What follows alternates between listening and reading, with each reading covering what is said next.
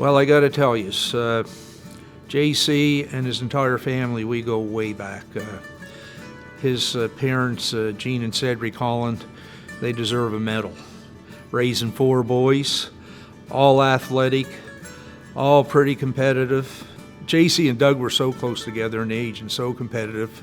We'd be playing, like some ground hockey or whatever, and the competitiveness was really there even then. And when something went a little awry, it was Gene that was stepped in and set them straight. It was really, they were really something. Yeah. After we got a little older, we got playing ball. And the first time that JC really shone was in Bantam at the Eastern, first the provincial and then the Eastern Canadian Championships. We won the Nova Scotia Championship, beating Brookfield, Robbie Putnam, Mike Henderson. We beat them in the provincial tournament and then went on to play Logieville in New Brunswick. And again, JC was a big part of that team. He did some pitching also, strong hitter, good fielder. JC would like me to say that he beat us for the provincial Bantam Ball Championship when he played for Stewiacke and I played for Brookfield. But a few years after that, he came to Brookfield and played with our Junior Elks ball team, which had a pretty good run in its day. We played junior ball, won a Maritime Junior Championship in fast pitch softball in Brookfield. Doug and JC and Chris Paley, Chester Clark.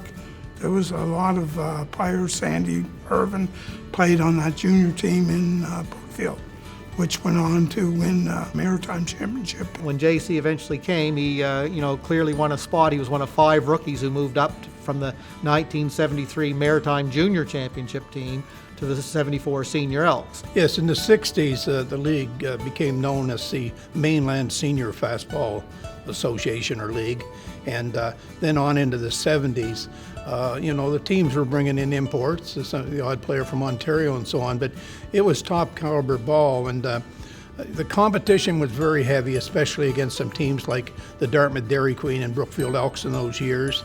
And one incident I remember, the benches emptying, and JC and I were together with the Elks that year, and he was just loving it. He wasn't backing up from anybody, and he was in there with his teammates. And it's funny, I remember that, but it took place down at first base, and I still recall JC, and I said, "Gee, this is a spunky young kid," because he was just a young guy at the time. Was part of our 1975 Maritime Senior A Championship team, which won the Maritimes in Charlottetown, and then was with the 76 team. He didn't quite finish the year because I believe he went to Europe and played a year pro hockey in Europe after he was done with his university hockey. And it was a real loss to our program when he moved on.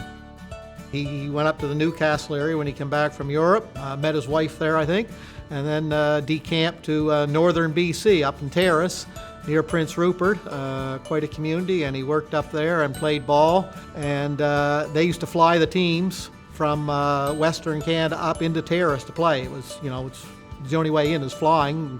It was a many hour drive to the lower mainland, and we got to go up there in '81 when the Elks were the core of the national team and played a 4-game weekend. JC was catching for that team at that point. So, look, he was playing against the top guys, some of the top ball players in Canada. The BC senior ball in those days was top notch. He did well out there. He played very well and gained a lot of respect. I would think BC at their time was the heyday of fast pitch softball back then.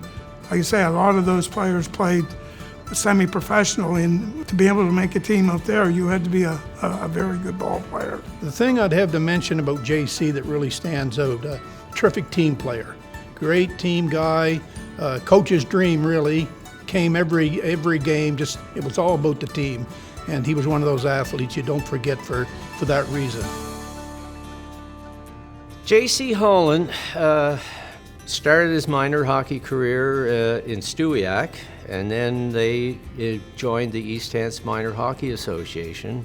And Stewiacke had a fairly strong team in the minor leagues coming up through Pee Wee and Bantam and Midget. And one person sort of stood out in my mind, and that was Jc Holland. JC was a very, very good skater. knew the game well, even at a young age. He was always scoring goals, but he was also, one of the leading scorers certainly on his team, but not only that, in the league. In hockey, it was evolving in this area in the 60s, early 70s, and we developed this team to put in the Metro League at the midget level. And I clearly recall that, when it comes to leaders and the best individuals that were on that team, it was JC, who was our captain. JC, he was just a natural sniper. You knew if you could get that puck to him in the slot, he was just the best at putting it in, and without any problem. He always either led or close to the top in all his years in hockey and that. He was just a natural. He was in the East Hants Minor Hockey Association. I was in Truro, so we really first started playing each other in junior. He was with the Penguins, I was with the Bearcats, and he was a strong, diligent centerman, a two-way centerman. He could score goals, he could set up goals, but he was responsible defensively for sure. And we had some good clashes.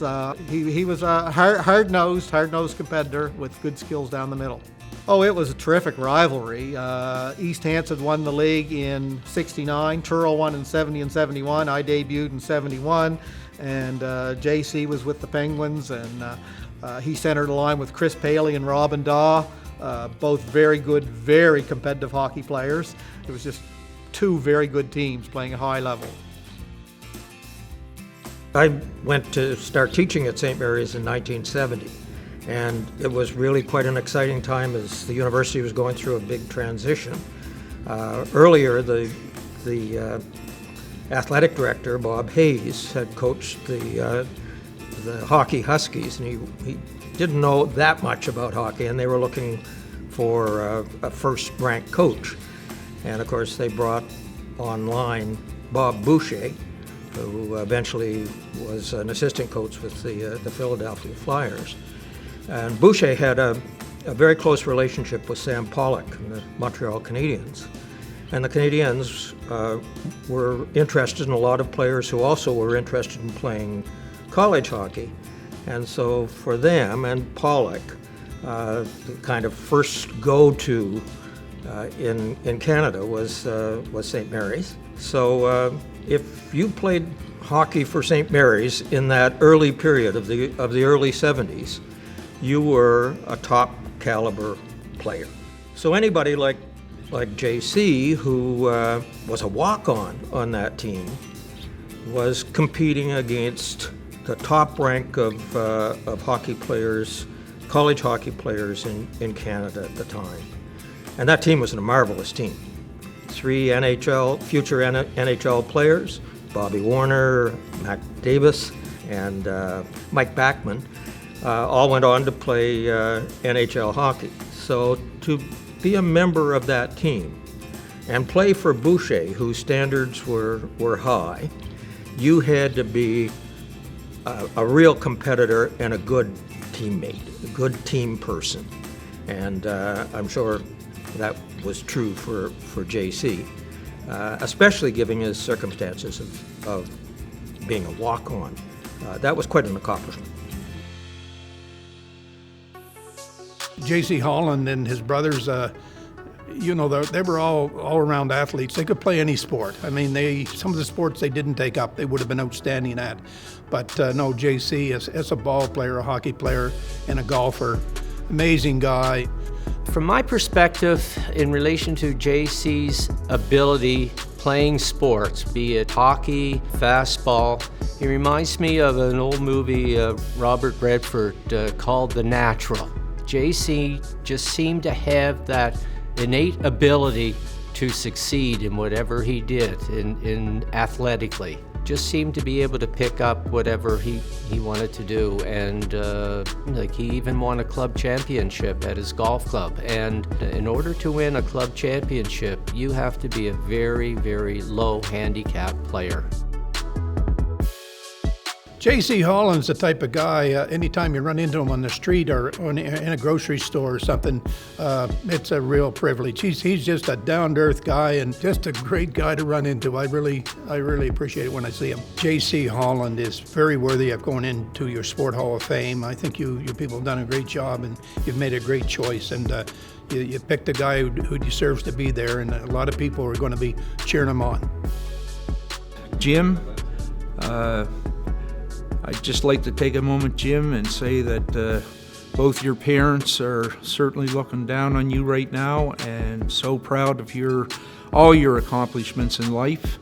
And I just want to give you a sincere congratulations for being the individual you were, the leadership you showed, and I can't think of a more deserving individual to be going into the Sports Heritage Hall of Fame. Congratulations. 2022 East Hants Sport Hall of Fame inductee, Jc Holland.